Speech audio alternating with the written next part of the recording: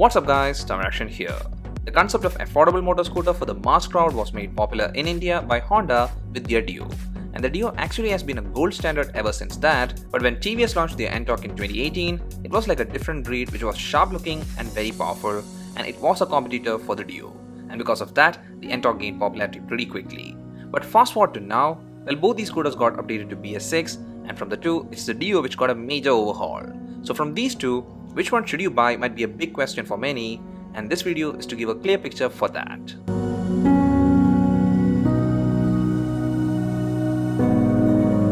We'll be checking 5 factors to cover every aspect of both these scooters, and they are design and build quality, specifications, ride quality and comfort, mileage and price. So let's start things with the first factor, which is the design and build quality. Well, here if you're familiar with the first gen Ntorq, when you take a look at this BS-6 version, it's just like walking around a familiar path.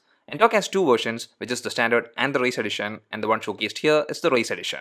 And with the Dio, this 2020 version is like a major design refresh, and here even with the Dio there are two versions, which are the standard and deluxe. Now both these scooters are very sporty looking ones with sharp cuttings, and I'm actually a fan of such design. From the front, both the scooters have their headlight on the front panel, and here with the Dio, the headlight can either be a halogen bulb or LED based on the model. If it's the standard version, it's going to be a halogen bulb, and if it's the deluxe version, the headlight will be LED. I do like the shape of the headlight used in the Dio, but on checking the headlight in the Ntorq, especially the race edition, it's a really striking one. The race edition gets a LED headlight with a T-shaped DRL, and overall it looks sleek. With the Ntorq also, if you go for the standard version, the headlight will be halogen, and here if you're confused between the range of these headlights, well, the best one is the headlight in the race edition, followed by the deluxe version of the Dio, and the one taking the third spot is the Dio standard version. Now here Dio also gets a DRL, but it's in the handle, and actually the handle of the Dio does look more sharp than the multicolored handle used in the Ntorq. Then checking the other side of the handle, well, here things are actually getting a bit interesting.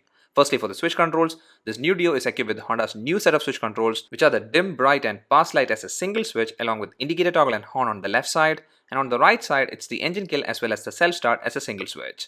So these controls are spot on, and actually these are the same controls present in the Ntorq with a hazard switch as an extra. And here for the quality of the switches, both the scooters have good quality switches with slight upper hand going to the Dio. But with the instrument cluster, there is no competition here. The Ntorq gets a fully digital panel with Bluetooth connectivity, and you get plenty of information from this panel. Its readability is good, and overall as of now, this is the best instrument cluster available in any scooter. And actually both the versions of the Ntorq have the same panel, but with the Dio, if you go for the standard variant, what you get is a simple analog panel, and with the deluxe variant, you get a much better digital panel which has eco speed indication. Then taking the side panel, well, here the Ntorq gets a sharp cutting panel with 3D branding, and with the Dio, this new side panel is more aggressive than the previous version of the Dio, and to be frank, I like it a lot. Well, with the Dio, you might get a standard graphics in this panel, or it can be a very clean 3D chrome branding, and it all depends on the color you get. With the deluxe variant, there are 3 color choices, and with the standard version, there are 4 color options. And with the Ntorq, if you go for the standard version, there are 6 color options, and the race edition just comes in this color. Now here one thing to note is that both scooters' body is made of fiber, and even though both of them are sturdy, surely the better one is the Dio. The Dio's body feels more solid. Then moving to the rear section, well, here things are again pulled back by the Ntorq with their air vent pattern and T-shaped taillight. It's very attractive and surely my favorite. Now the Dio's taillight also looks sleek because of the chisel pattern used, but from the two, it's the one in the Ntorq that's more sharper. But the Dio doesn't let the Ntorq have all the advantage with the design, and that can be seen by the well thought out fuel inlet system used in the Dio. Can you guess where it is? It's tough, right? Well, that's because Honda has actually designed it very cleanly. It's hidden inside this portion, which opens with the press of the fuel option in the new key system, and on doing that, the solid plastic opens to reveal the fuel cap. This tank is 5.3 liter in capacity, which is standard tank size, and yeah, I do like this new fuel filling option provided by Honda. Well, TVS way back did provide external fuel inlet, which can be opened by making use of the side key slot, and it works great, and also it blends well with the design, but that perfection look is surely going to the Dio. And by the way, this tank in the Ntorq is a bigger one with 5.8 liter capacity, and also about the pillion grab bar, both these scooters get a split type grab bar, and here both these grab bars are comfortable ones for the pillion. Then checking the exhaust, well, the Ntorq has a sporty stubby muffler, which is again one of a kind in scooters, and also its exhaust note is so bass heavy and again unique.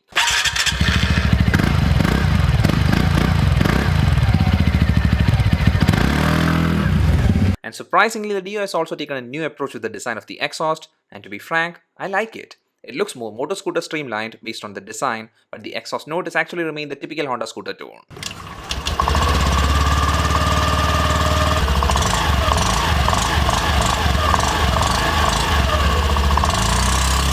Then for the wheel rims, well, the Dio still doesn't have an alloy wheel option, but the Ntorq on the other hand gets the diamond cut alloy wheels in both the variants.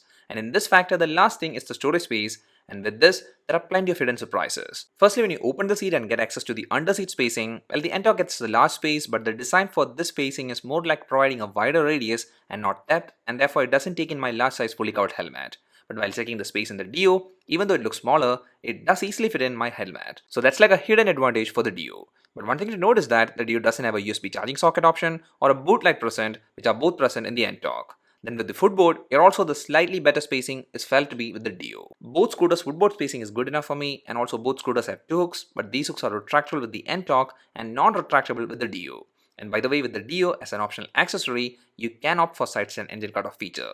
Well, this factor, like I always say, is not like one of these will come up first because your design is individual centric, and the rest of the things in this factor are actually part of it. So let's not pick an option from this factor, and therefore let's move to the second factor, which is something for reference, and that's specifications. Now this is the side-by-side engine spec sheet of both these scooters, and yeah, one easy thing to figure out is that since the Ntorq has a higher capacity engine, it's obviously more powerful.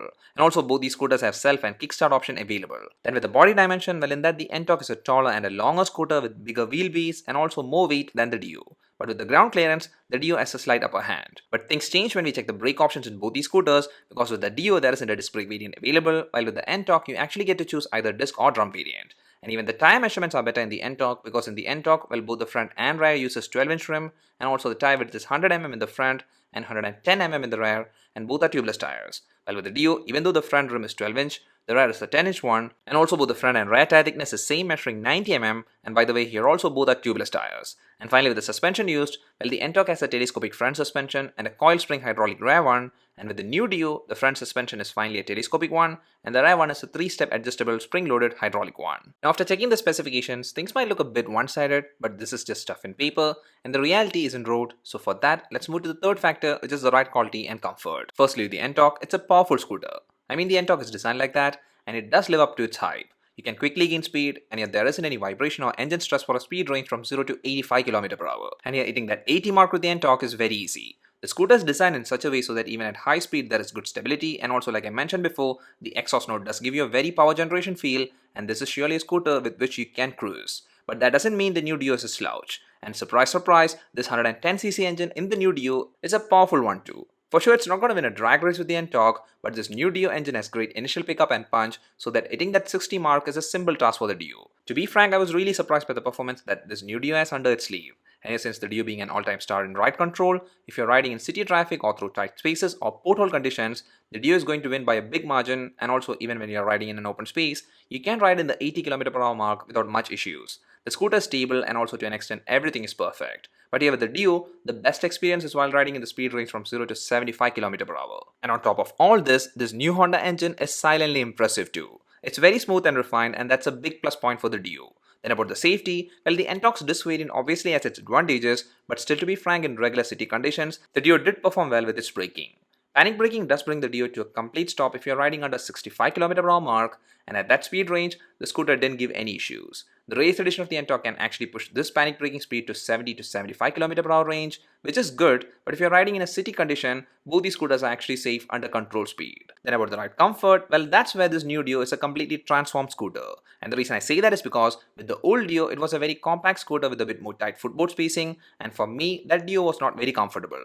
But here with this new BS-6 Dio, I loved the ride comfort from it. The footboard spacing is perfect paired with an upright riding posture, and most importantly, since the seat length is spot on with more than adequate cushioning, even when I went for a 50-km ride, I was still feeling pretty relaxed. And that's the same thing for the pillion too. And also, by the way, the ground reach was also spot on for me in this new Dio. Now with the Ntorq, it's also a perfect scooter in terms of ride comfort, because again, here also the seating is ideal for long or short rides, and also the footboard spacing is actually adequate. And since the Ntorq also gets one of the best suspension and tire combo in any scooter, even if it's through the worst riding conditions, that comfort is actually maintained. And by the way, even the Ntorq's ground reach was not an issue for me. And if in case you're wondering about my height, well, my height is 176 centimeters. Now I didn't talk anything about this new Dio suspension yet, and that's because it's the first time Honda has provided a telescopic front suspension in the Dio, and that does show its significance. There is drastic improvement with the suspension quality with this new BS-6 Dio, and therefore even when I rode through some worst patches, I wasn't feeling any stress, and actually the underside of the Dio was safe through these conditions, which is the same story with the Ntorq, even though the Ntorq has lesser clearance.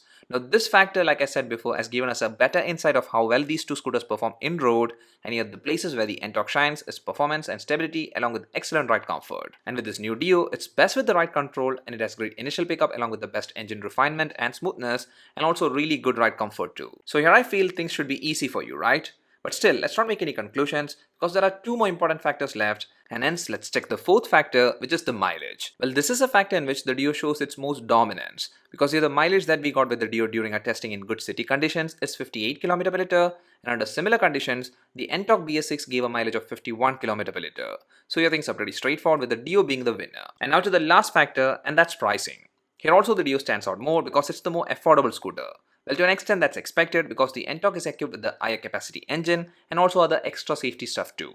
But still, pricing is very important, and here once again, the Dio is a clear winner in this factor too. So I guess that's everything, and here what we have noticed is that both these scooters actually fall into different segments because of the engine capacity, but they are sure competitors. And if you're planning to buy one from the two, then you can actually pick the one that suits your need. And if your preference is best performance, great stability and slightly improved safety, then Ntorq should be the one.